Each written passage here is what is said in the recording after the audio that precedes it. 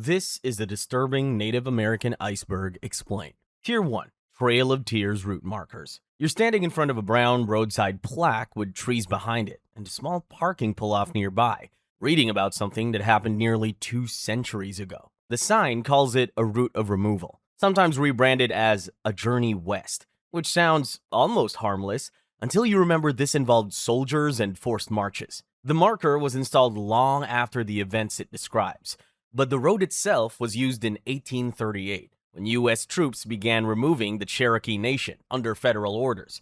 That operation traced back to the Indian Removal Act of 1830, signed by President Andrew Jackson, which authorized the federal government to seize native land east of the Mississippi River and relocate its people west. One of the people forced onto this road was Wananahi, a Cherokee woman living in what is now Georgia. She was pregnant when soldiers arrived at her home carrying written orders tied to that law, and from that point on, there was no real choice involved. She was evicted and taken to a military stockade, one of several holding camps built across the southeast to confine Cherokee families until the government was ready to move them. The waiting in those camps was part of the suffering. Families were kept inside fenced enclosures under guard. Meals were small and inconsistent. Clean water was limited, and sickness spread fast in the crowded conditions.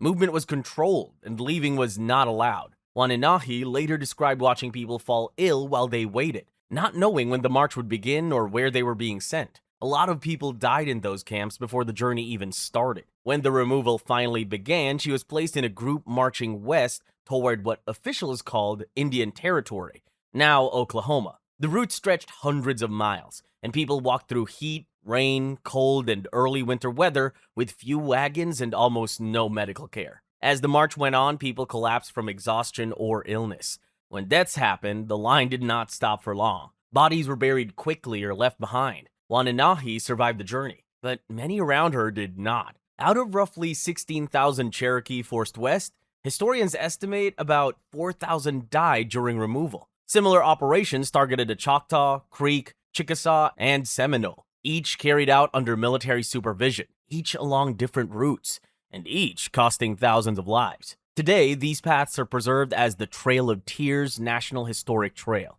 officially recognized in 1987. Broken Treaty Originals. It's 1868. You're a Lakota leader in council. The United States has spent 2 years trying to force a road called the Bozeman Trail through your hunting grounds. Your warriors have handed the U.S. Army a string of humiliating losses. And now Washington suddenly wants to talk peace. The Lakota were a native nation of the Great Plains, who, at the time, controlled vast areas of what is now South Dakota, Wyoming, and Montana. Their way of life centered on following the buffalo herds and the Black Hills, known to them as Pahasapa, holding deep spiritual and cultural importance. The hills were not simply territory, they were sacred land, tied to identity, ceremony, and history. After 2 difficult years of fighting in what became known as Red Cloud's War, the United States negotiated. In 1868, both sides signed the Treaty of Fort Laramie. The government agreed to abandon its forts alongside the Bozeman Trail and recognized the Great Sioux Reservation,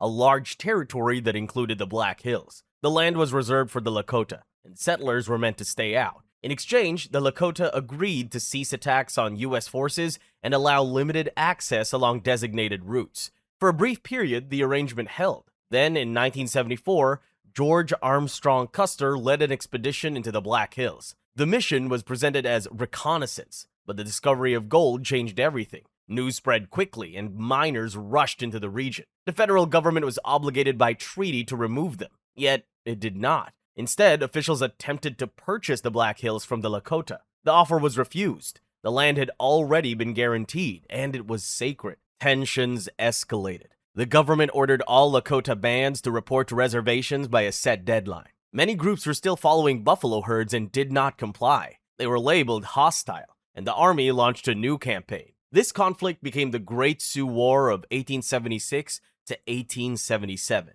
Lakota and Cheyenne forces defeated Custer at the Battle of Little Bighorn in 1876, but the broader war turned against them as military pressure intensified and the buffalo population collapsed. By 1877, Congress pushed through legislation taking the Black Hills. The original treaty had required approval from 3/4 of adult Lakota men to cede land, a condition that was not properly met. Even so, the territory was seized. The Great Sioux Reservation was broken apart, and the Black Hills were opened to mining and settlement. The dispute did not end there. In 1980, the United States Supreme Court ruled in United States v. Sioux Nation of Indians that the Black Hills had been taken illegally and awarded financial compensation. With interest, the amount grew to over $1 billion. The Lakota refused the payment, maintaining that the treaty had promised land, not money. The Treaty of Fort Laramie had been clear in its terms and specific about the boundaries it established.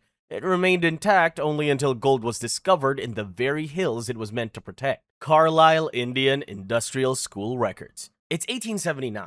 You're a native child standing outside your home, going about your day when a wagon pulls up. Soldiers and government officials step out with papers in hand. They're not here for land this time. They're here for you. You're told you're being sent to a boarding school far away for training. You pack what little you're allowed to take. Your family stands there watching. No one can tell you when you'll be back, or if you will be at all. After years of military conflict in the West, many leaders in Washington argued that war had not fully solved what they called the Indian problem. They believed Native resistance would continue unless Native children were separated from their families and raised in American culture. That belief led to the creation of Carlisle Indian Industrial School in Pennsylvania. The school was placed far from native lands on purpose. Richard Henry Pratt, a former Army officer, became its superintendent. He had supervised native prisoners of war and had come to believe that forced cultural change, not prison, was the answer. He summed up his view in one phrase: kill the Indian, save the man. Because distance was seen as necessary, children from Lakota, Cheyenne, Apache, Navajo,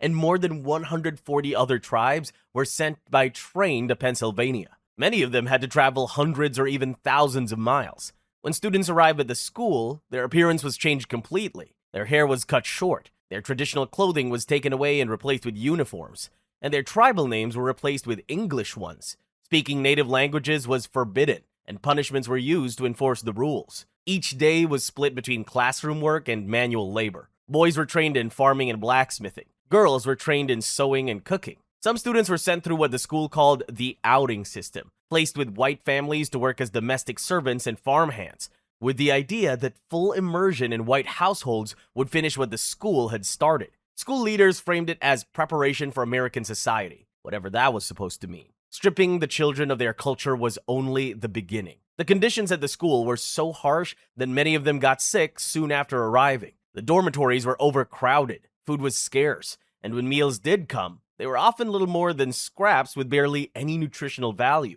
Winters in Pennsylvania were brutal, especially for children taken from much warmer climates.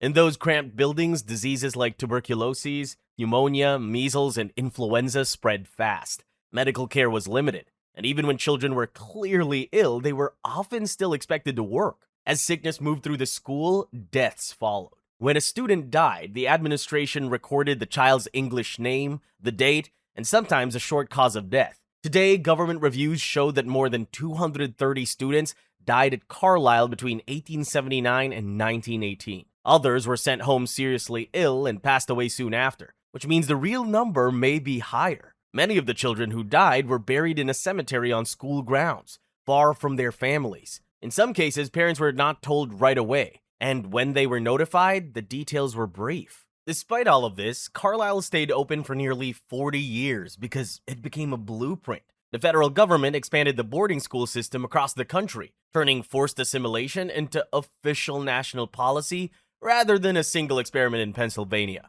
The school finally closed in 1918 when the Army reclaimed the land during World War I. By then, thousands of children had passed through its gates. And even though Carlisle shut down, similar schools continued operating elsewhere. Blood quantum enrollment forms. You're a young woman from the Cherokee Nation, sitting at your kitchen table in Oklahoma with enrollment papers spread out in front of you. You grew up going to stomp dances, and your grandmother spoke Cherokee at home. You've always known who you are, but the form you're filing out wants proof. It asks whether one of your ancestors was listed as Cherokee by blood on the Taoist rolls. Without a name on that list, you could be denied tribal citizenship and the rights that come with it. Blood quantum is a way of measuring how much documented native ancestry a person has. Half, a quarter, 1/8, and using that fraction to determine whether they legally count as Native American. It sounds like a bureaucratic detail. In practice, it determines access to tribal citizenship, healthcare, land rights, and federal recognition. For generations, many tribes had held land collectively as a community, but that system didn't fit the federal government's model of private property and expansion. From 1898 to 1906, government agents went into Indian Territory, the area that is now mostly Oklahoma.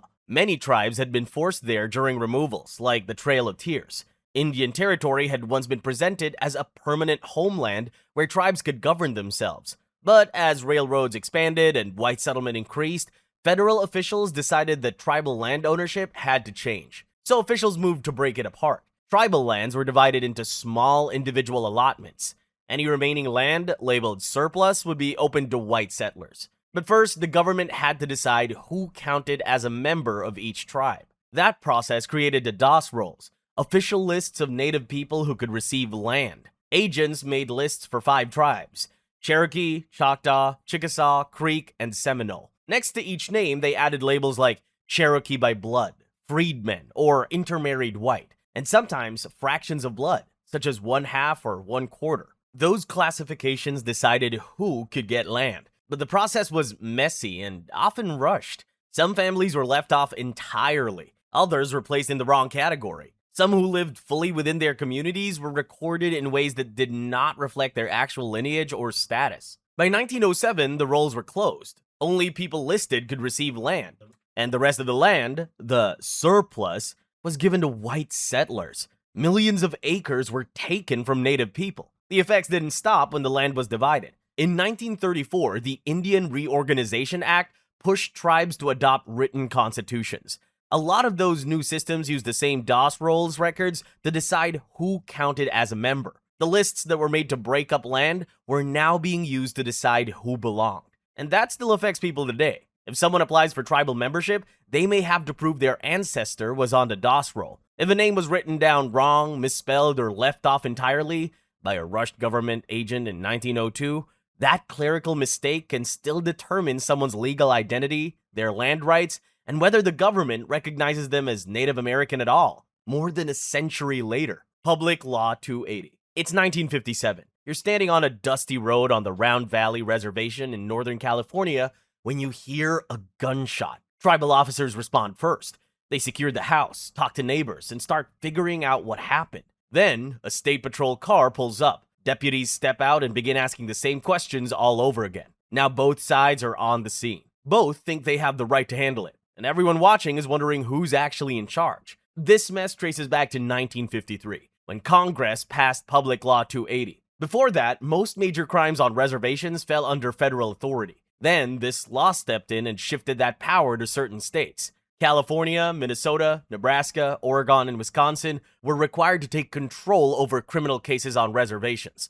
Other states were allowed to opt in later. Tribal governments were never asked for consent. The law came out of something called the Indian Termination Policy, a federal push in the 1950s to end the government's special relationship with tribes altogether. The idea was to stop treating native nations as separate political entities and absorb them into regular American society. Pulling federal oversight from reservations and handing it to states was part of that plan. So instead of the federal government handling crimes, states were told to do it. The shift doesn't sound like too much of a big deal, but it was. Once states took over criminal cases, federal support for tribal courts and police often pulled back. Some tribal departments were told they no longer had authority over certain crimes. Funding shrank, authority moved, but tribal officers were still on the ground, still answering calls like they always had. So when something serious happened, like that gunshot, tribal police and state deputies could both show up, and each side believed it had jurisdiction. The law left everyone guessing about who was actually in charge. In some places, states didn't put enough money or officers into reservation areas,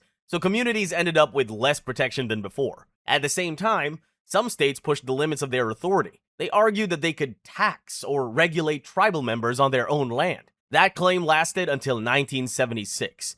When the Supreme Court ruled in Bryan v. Tasca County that Public Law 280 only gave states criminal authority. It did not give them general control over civil matters. The ruling pushed back on state overreach and confirmed limits. Still, by then, the damage had been done. For more than 20 years, tribal justice systems had been weakened. Courts had to rebuild, police departments had to regain authority, and communities had to deal with years of confusion about who was responsible when something went wrong.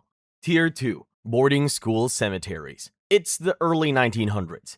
A native mother heads home from the trading post, holding a folded letter from the government. Months earlier, her son was sent hundreds of miles away to a boarding school. Now the letter tells her he's dead. It says he died of illness. It doesn't explain how, and it doesn't offer any compensation. It just states that he's been buried at school. Schools like Genoa Indian School in Nebraska, Chemawa in Oregon, Haskell in Kansas, and Carlisle in Pennsylvania were built on the same logic covered in Tier 1. Separate children from their families, strip their culture, and replace it. Officials believed that if Native children were raised as Americans, Native resistance would die with a generation. Parents had almost no say. Kids were sent far away, and many never came back. When a child died, the school sent a letter. Sometimes it had a cause of death. Often it didn't. Some schools told families a child had been transferred somewhere else when they had actually already been buried on the grounds.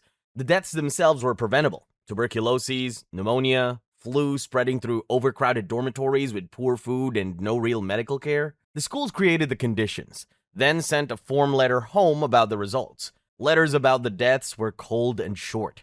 Sometimes just a name, date, and maybe a cause. Schools occasionally lied, saying a child had been sent somewhere else when they had actually died. Many kids died from illnesses that could have been treated. Tuberculosis, pneumonia, flu, crowded dorms, poor food, harsh winters. They stacked the odds against them. When children died at these schools, they were buried on site. Graves were shallow. Some had tiny wooden markers that rotted quickly. Others had metal tags with only a number, no name. Families usually had no idea where their kids were, sometimes finding out months or even years later. Decades passed, and tribes and archaeologists started searching. At Genoa, dogs sniffed the ground. At Chemawa and Haskell, radars helped locate burial sites. Each site had to be handled carefully or the evidence would be lost forever. When graves were found, tribes brought the children home, said their names, offered prayers, and gave them proper burials. The kids who had once been just numbers finally got remembered. To this day, many of the graves are still lost, hidden under roads, houses, and farms. Uranium mines on Navajo land. You're a Navajo miner in the 1950s at a uranium site near Grants, New Mexico. You spend all day lifting rocks and moving dirt. Slowly, you start coughing, your lungs burn, and your kidneys ache. Other workers are getting sick too, but no one knows why. You shrug, keep working, and try not to think about it. It all started back in 1944, when uranium was discovered under Navajo lands. In 1950, a shepherd named Patty Martinez found a rich vein near Grants, New Mexico. That discovery kicked off a rush to mine uranium across the region. The US government and private companies wanted the uranium for nuclear weapons and power plants. Cold War demands and energy needs mattered more than the people living on the land. It hasn't been enough. More than 500 abandoned mine sites remain on Navajo land. Families still live near them. Children still play near them. The mining stopped in 1986.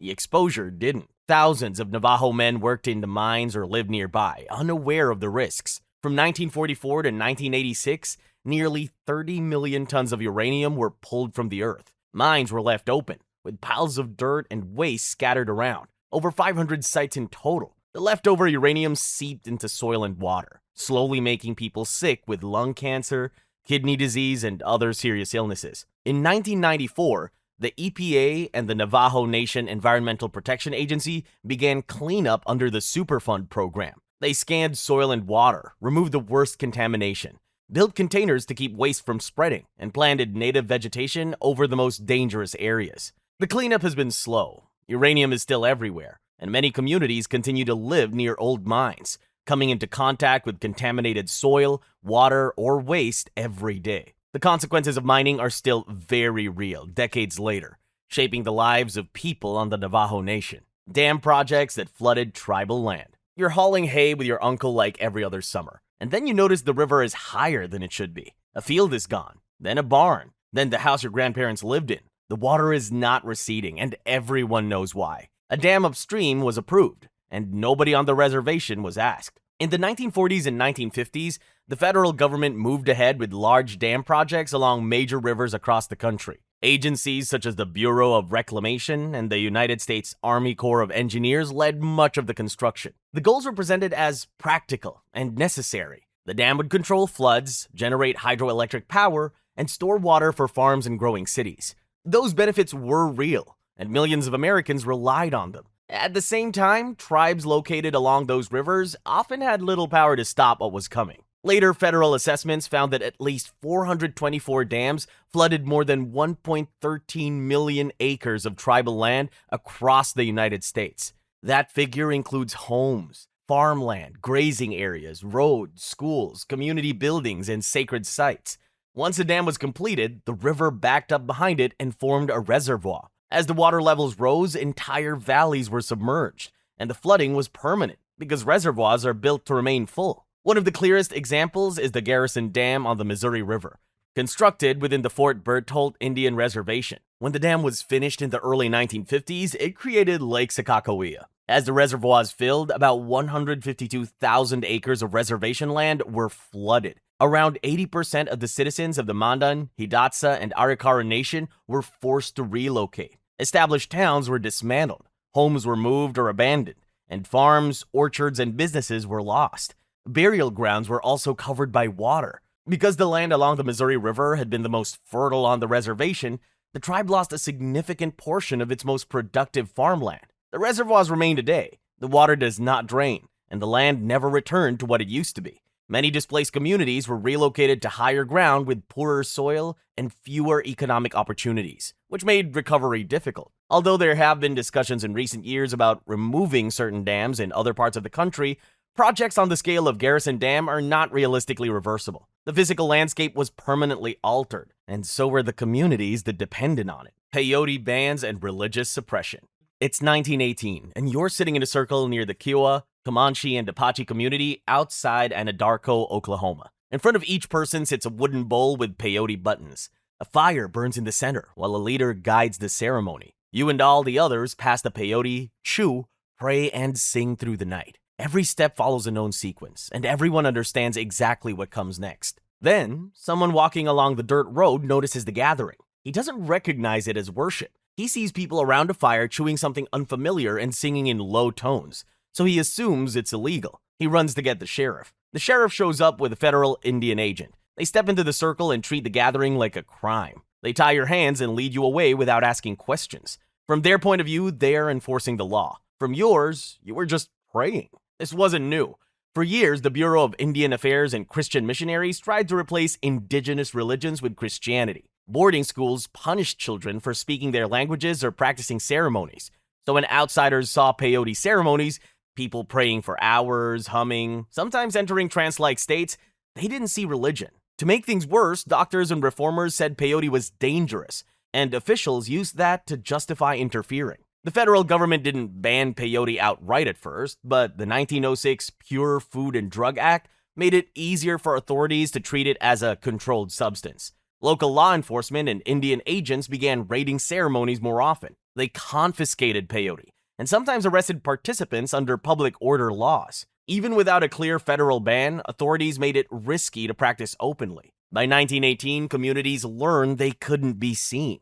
Ceremonies moved behind hills, into woods, or to private land. Some were held at night, others in barns or abandoned buildings. Leaders shortened or skipped parts of the ritual to avoid getting caught. The faith continued, but hiding it slowly changed the practice. After enduring more than a decade of oppression, leaders of Native communities decided to fight back legally. Frank Eagle, Mac Hogg, and James Waldo organized the Native American Church in October 1918. They officially recognized peyote as a religious sacrament within the church. That gave them protection under U.S. law, because courts already recognized organized religion. Full federal protection came later. In 1978, the American Indian Religious Freedom Act officially protected Native Americans' right to practice their traditional religions, including peyote ceremonies. In 1994, amendments made it clear that church members could legally use, possess, and transport peyote for religious purposes. Native Americans finally won legal protection, but the raids, arrests, and years of pressure had already taken a serious toll on both their religion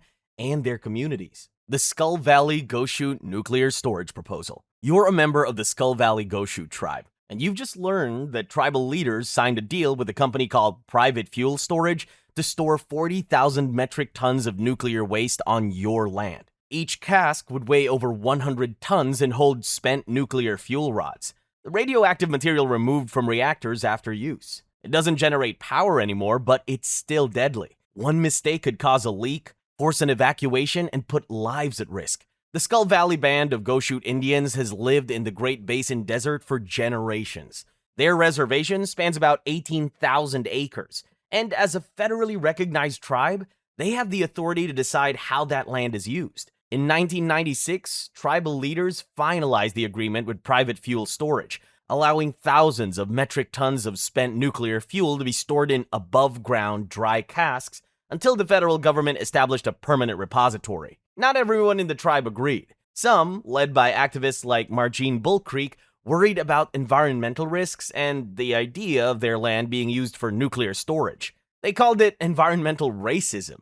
In 1997, PFS applied for a license from the U.S. Nuclear Regulatory Commission. The application went public, and suddenly the project was under the microscope. State officials, nearby communities, and environmental groups all opposed it. They pointed to dangers like leaks, accidents during transport, and radiation exposure. Federal law required more than an NRC license. It also mandated environmental reviews and coordination with multiple agencies. Hearings, court cases, and media scrutiny stretched the process out for years. By 2006, the NRC granted a license, but the project still needed approval from the Department of the Interior to build a rail line and validate the lease agreement. President George W. Bush administration, Interior, refused both. Without these approvals, the casks couldn't be delivered, and the project stalled. By 2012, the project was dead. The storage site was never built, and the spent nuclear fuel never arrived. Tier 3. Sand Creek Massacre Orders. You wake up before dawn on November 29, 1864,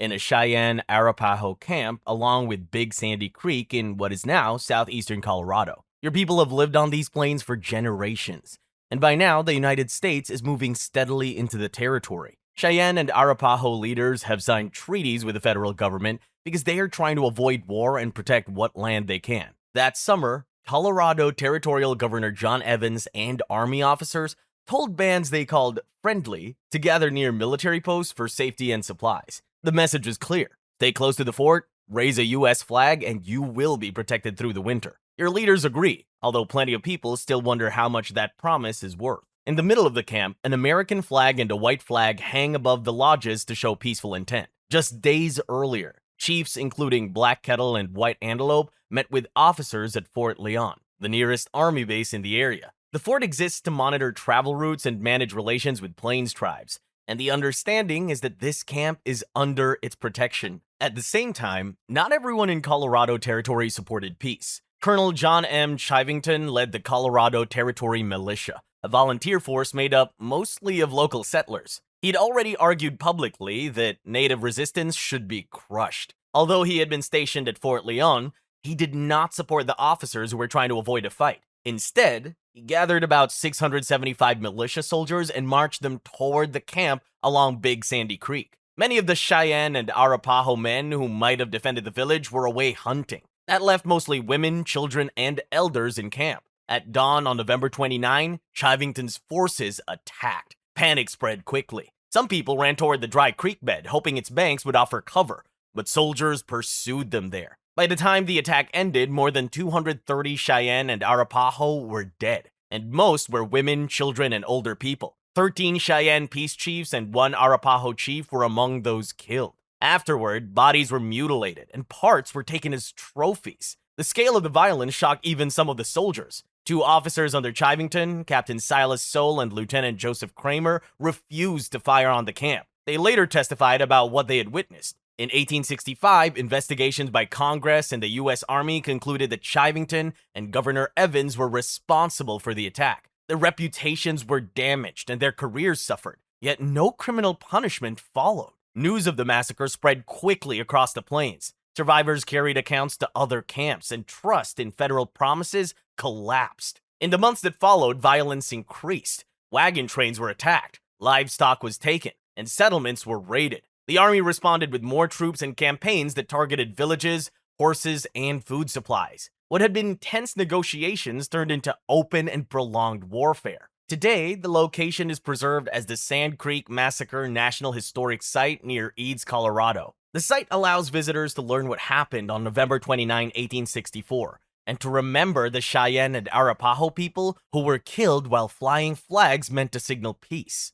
Wounded Knee After Action reports. What comes to mind when you hear Wounded Knee? If you thought of a bad knee injury or something related to the MMA, you're wrong. Wounded Knee was actually a frozen plain in South Dakota, where Lakota families lived through a winter they would never forget. By late 1890, the Lakota people were gathered in camps on the Pine Ridge Reservation, trying to maintain their communities after decades of forced relocation, broken treaties, and loss of land. The U.S. Army was already there because of something called the Ghost Dance. It was a spiritual movement along the Lakota and other Plains tribes. It promised ancestors would return and lands would be renewed. People danced and prayed for hope, not for war. But the Army thought it might spark tensions and things could go south. In December, soldiers from the 7th Cavalry were sent to control the area. They camped near Wounded Knee Creek to disarm the Lakota and stop what they feared was an uprising. The camp consisted of tipis, cone-shaped tents made from poles, and buffalo hides. Inside were men, women, and children just trying to get through winter.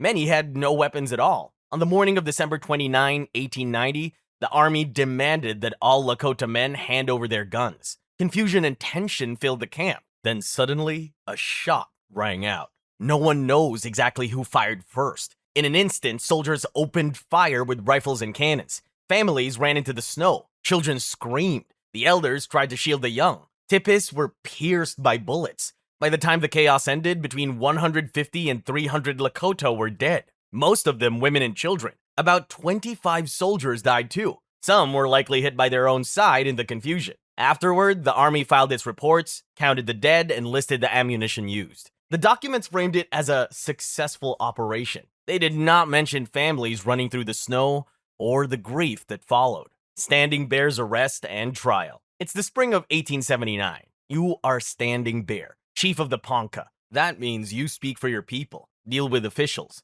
and try to keep everyone alive while the ground keeps shifting under you. The U.S. government has already forced the Ponca out of Nebraska and marched them hundreds of miles to Indian Territory in present-day Oklahoma. People died on the way. Others died after. There was little food, poor shelter, and almost no support. Among the dead was your oldest son, Bear Shield. Before he died, you promised to bury him in your ancestral land along the Niobrara River. So you gathered about 30 people, carried your son's body, and started walking north. When you reached the Omaha area in Nebraska, soldiers arrested you. Not for violence, not for theft, for leaving the place the government told you to stay. You were held at Fort Omaha like a prisoner for trying to keep a promise to your son. A local reporter picked up the story, and suddenly people were paying attention. 2 Omaha lawyers, John L. Webster and Andrew J. Poppleton, agreed to represent you. They filed a writ of habeas corpus, arguing that the government had no legal right to detain you. The government's position was blunt. Native Americans, they argued, were not persons under U.S. law. If you are not a legal person, you cannot sue. You cannot claim rights. You simply exist at the government's convenience. The trial took place in May 1879 in Omaha. You spoke through a translator, Suzette Bright Eyes LaFleche. In court, you held up your hand and said that if you cut it, it would bleed, and you would feel pain the same as any white man. The point was simple. If you feel pain, if you love your child, if you bury your dead, you are a person. On May 12, 1879, Judge Elmer Dundee ruled in your favor. He declared that Native Americans are persons under U.S. law and have the right to life and liberty. The government could not hold you simply because you were Native. You and your people were released and allowed to continue north to bury Bear Shield in Nebraska. The decision did not fix everything. It did not erase forced removals or discrimination, but it marked the first time a U.S. federal court recognized Native Americans as legal persons. From that point on, tribes had a precedent. The government, at least in theory, had to answer to the Constitution when it dealt with them. Tier 4. Forced Sterilization Medical Records. It's the 1970s. You're a Native woman living on a reservation. The federal government moved your community onto this land years earlier, and the only real hospital available is run by the Indian Health Service. You go in to have a baby. You sign whatever forms they hand you because you're in labor, and you assume doctors are there to help. They say they'll take care of everything. No one slows down to explain that one of those papers allows a permanent surgery. Later, you learn your fallopian tubes were permanently blocked. That means you can't have children again, ever. And no one made that fully clear before it happened. In the late 1960s and early 1970s, the US government expanded federal family planning programs. Sterilization was listed as an approved service. Because Indian Health Service hospitals were federally funded, they were expected to provide those services just like other public clinics. At the same time, Some doctors and administrators believed sterilization would reduce poverty. Fewer children, they argued, meant lower public spending on healthcare and welfare. These ideas were shaped by population control policies that targeted communities seen as poor or dependent. In some Indian Health Service facilities, sterilization was offered more frequently than other forms of birth control, such as pills or IUDs. In 1976, a federal investigation reviewed Indian Health Service records and found that thousands of Native women had been sterilized in previous years. In several cases, proper informed consent procedures had not been followed. After the investigation, new rules were put in place. Consent forms had to be clearer.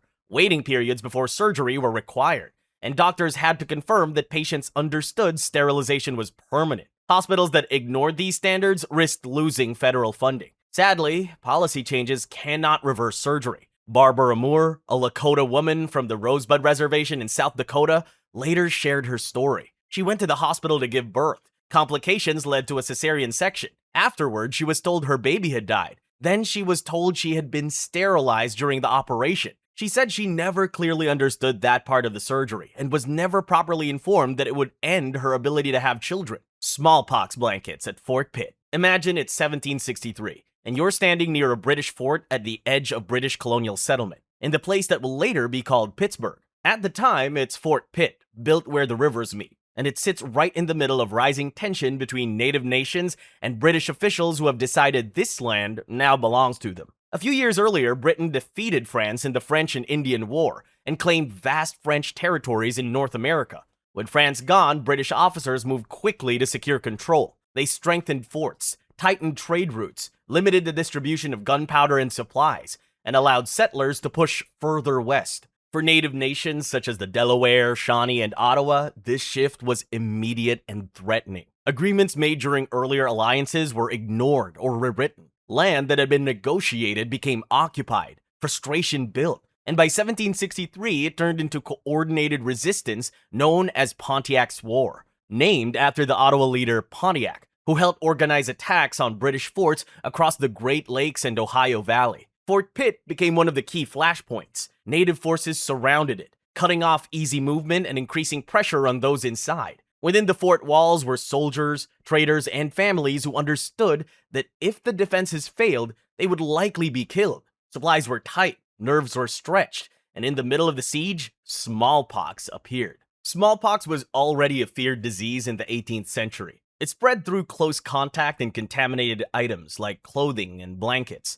It caused fever, blistering rashes, scarring, and often death. Many Native communities had not previously been exposed to the virus, which meant outbreaks could move quickly and hit hard. On June 24, 1763, two Delaware representatives, Turtles Hard and Mamalty, approached the fort under a flag of truce to discuss easing the conflict. During that meeting, British officers gave them 2 blankets and a handkerchief taken from the fort's smallpox hospital, where infected patients had been treated. William Trent, a militia officer at Fort Pitt, later wrote in his journals that the items were given in hopes they would have the desired effect. He was referring to the spread of smallpox. Letters from General Jeffrey Amherst around the same time showed that the idea of spreading smallpox to Native groups was openly discussed among British officers. Whether those specific blankets caused an outbreak is still debated, since smallpox is already present in the region. What is not debated is the intent. At Fort Pitt, disease was considered a weapon, just like guns and gunpowder. Osage Indian murders. You're a member of the Osage Nation in 1921, living in Osage County, Oklahoma. The land under your feet is soaked in oil. Wells crowd the hills and pump day and night. Every few nights, headright payments arrive from oil leases, and the checks are so large that newspapers call your people the richest per capita in the world. You have a good house, a car, nice clothes. On paper, you are thriving. In reality, your life is in danger. Oil was discovered on Osage land in the early 1900s. Decades earlier, the federal government had forced the Osage onto this rocky ground, assuming it was worthless. It turned out to be one of the richest oil deposits in the country. The tribe retained communal mineral rights, and profits from drilling were distributed to enrolled members through head rights. By the 1910s, many Osage families had serious money, and everyone around them knew it. Then, people started dying. From about 1918 into the early 1930s, Osage men, women, and even children died under suspicious circumstances. At first, deaths were explained as illness or accidents, but the pattern kept repeating. Healthy people died suddenly. Families lost multiple relatives in a short span of time. By May 1921, Anna Brown, a young Osage woman, was found shot in the head and left in a ravine. Not long after, her mother died. Then Henry Roan, a wealthy Osage man connected to the family, was found dead from a gunshot wound. In 1923, Rita and Bill Smith, Anna Brown's sister and brother-in-law, were killed when someone bombed their home. By then, it was obvious this was not random. Federal policy made things worse. Many Osage adults classified as full blood were assigned white guardians to manage their money, supposedly because they were considered legally incompetent to handle it themselves. These guardians controlled access to funds. Head rights could be inherited, and when an Osage person died, payments could pass to a spouse or relative. For some guardians and in-laws, murder became a way to gain control of oil wealth. Local investigations went nowhere. Evidence was mishandled. Some officials were suspected of being involved, or at least looking the other way. Eventually, Osage leaders demanded federal help. The Bureau of Investigation, later called the FBI, stepped in during the mid-1920s. Agents traced insurance policies, followed money, and uncovered a conspiracy led by rancher William Hale, who arranged killings to secure head rights through marriage ties. Several men were convicted and sent to prison. Still, historians believe many more Osage deaths were never fully investigated. So, yes, you were rich. The land paid well. But in Osage County during the 1920s, wealth made you visible, and visibility made you a target. Tier 5. World's Fair Human Exhibits. You are a native person brought hundreds of miles from home to a city you've never seen before. They call it an opportunity, a chance to show your traditions to the world. But when you arrive, you realize you are not there as a guest. You are part of an exhibit. In 1893, Chicago hosted the World's Columbian Exposition. It was huge. People came to see new machines, bright electric lights, buildings that looked like palaces. And in the middle of all that, there was what organizers called an American Indian village. Groups of native people were brought in to build small camps and demonstrate parts of their daily lives. Visitors walked by all day long, watching. From the outside, it looked educational. From inside the barriers, it felt different. Space was tight. People leaned over fences, staring, pointing, taking photographs without asking. Some visitors asked questions, but many were not interested in listening. They wanted something that matched what they already believed about native life. Not every group had the same experience. Some groups had a little more say than others. The Kwakwaka'wakw, Haudenosaunee, and Penobscot were able to sell crafts and keep some of the money. They chose what to show and how to present themselves. It still wasn't full control, but it was something. Others didn't even get that. 5 Dene people from Colorado were sent without pay. They worked, performed, answered questions, and the organizers collected the profits. The people doing the labor weren't the ones benefiting from it. Fair officials and anthropologists decided how everything would look.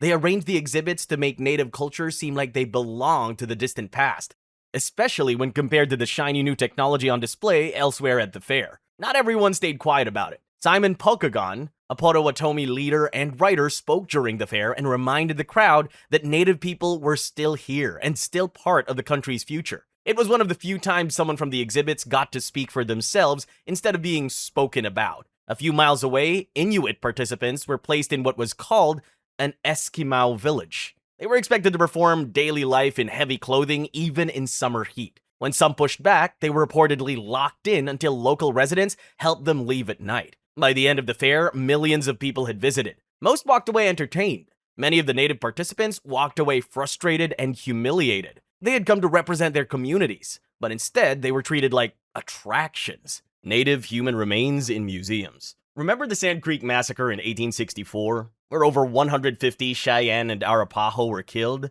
and some Colorado militia mutilated the bodies and took scalps and other body parts as trophies? It didn't end on that battlefield. In early 1865, newspapers in Denver reported that some of those body parts were displayed in a theater during a public event led by Colonel John Chivington. People actually bought tickets. They showed up and they watched the whole thing unfold. Black Kettle, one of the leaders at Sand Creek, survived the massacre. During the attack, he had raised both a United States flag and a white flag over his lodge to show his camp was peaceful. But the soldiers attacked anyway. Afterward, he continued meeting with U.S. officials and signed the Little Arkansas Treaty in 1865 and the Medicine Lodge Treaty in 1867, agreeing to move his people because he still believed peace was possible. In November 1868, U.S. troops led by George Armstrong Custer attacked his camp along the Washita River in what is now Oklahoma. Soldiers surrounded the village at dawn and opened fire. Black Kettle and his wife were shot while trying to cross the river.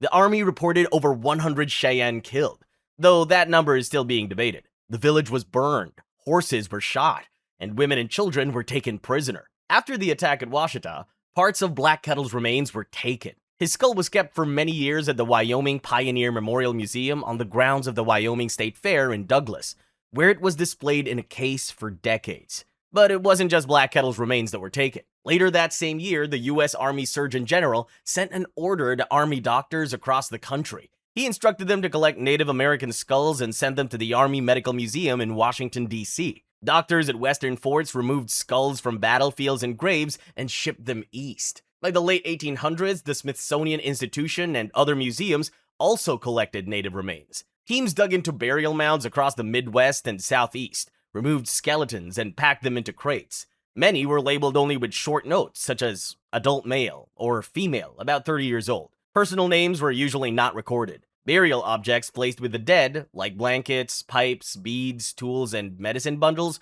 were taken as well. This practice continued into the early 1900s. When railroads, farms, or towns uncovered graves, the remains were often sent to museums instead of being returned to Native families. By 1990, when the Native American Graves Protection and Repatriation Act became law, museums and federal agencies reported holding the remains of more than 100,000 Native people. The law required these institutions to list what they had and work with tribes to return ancestors and burial items. Cheyenne people later identified Black Kettle's skull by the bullet hole in it and asked for it to be taken back home. In 1996, what was identified as his remains were returned to the Cheyenne and Arapaho tribes for proper burial. Repatriation began after that, and some remains connected to places like Sand Creek and the Washita River have since been returned and reburied. But the records show how long the removal and storage of Native remains continued after the violence itself had ended. MMIW case files. You're a Native woman in the late 1960s or early 1970s,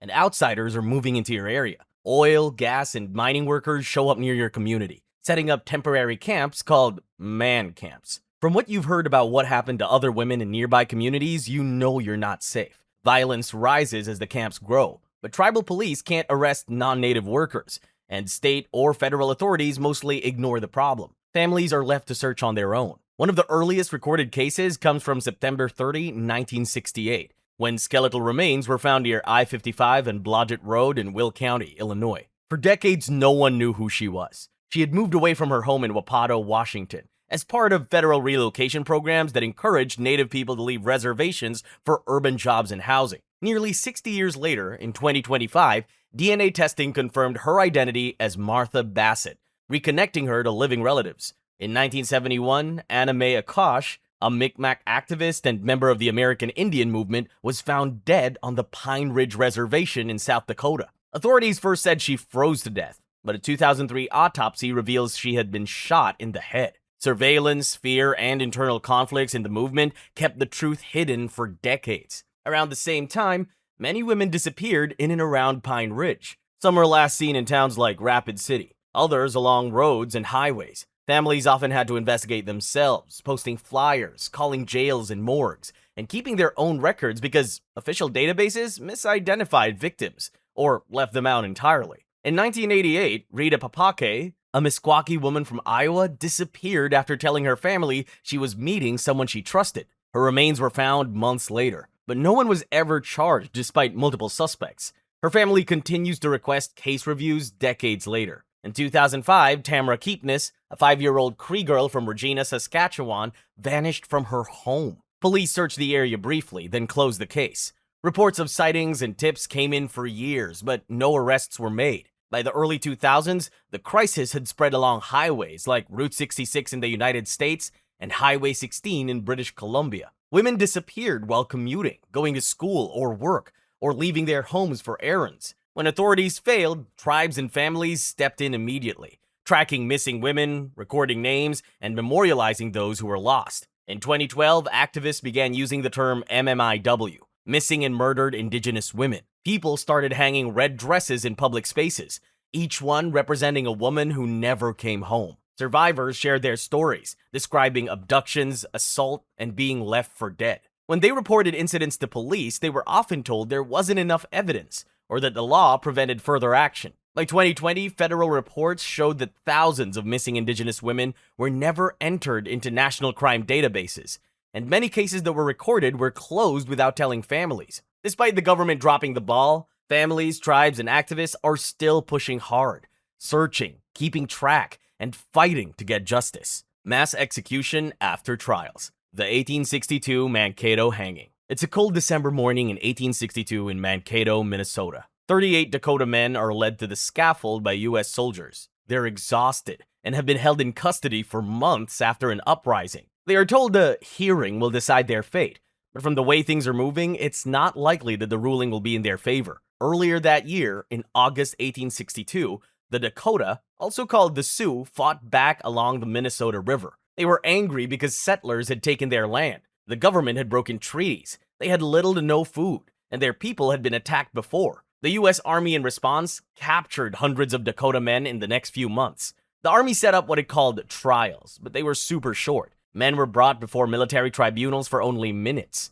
The judges, often a mix of officers and officials, pronounced them guilty of participating in the uprising. Most of the accused had no lawyer, no way to gather evidence, and no chance to defend themselves properly. By the time the hearings ended, about 300 Dakota men had been sentenced to death. Later, President Abraham Lincoln reviewed the cases. He reduced the number of executions to 38, approving only a portion of the sentences. But the punishment was still something that had never happened before. On December 26, 1862, in Mankato, those 38 men were taken to a single ridge. One by one, they were hanged in what became the largest mass execution in U.S. history. Some of the men sang Dakota songs and held hands before the ropes were cut. 2 men were later discovered to have been mistakenly hanged. One who stepped forward when a name was called, and another who was a white man raised among the Dakota and had actually been acquitted. After the 38 Dakota men were executed for their role in the uprising, the U.S. government didn't consider the remaining Dakota people, mostly women, children, and elders, to be safe or trustworthy on their ancestral land. They were forced into captivity at Fort Snelling, where conditions were terrible, and many suffered or died. The survivors were eventually forced to leave Minnesota entirely. In 1863, the government relocated them to reservations in present-day South Dakota, Nebraska, and North Dakota, far from the land their families had lived on for generations. Some of the men who had been sentenced to death but spared, along with others accused in the conflict, were sent to prison at Davenport, Iowa. Conditions there were, of course, terrible, and nearly half of the prisoners died before they could return home. Those who survived faced a lifetime of trauma, having lost family, land, and community. That's all for today. Don't forget to like and subscribe.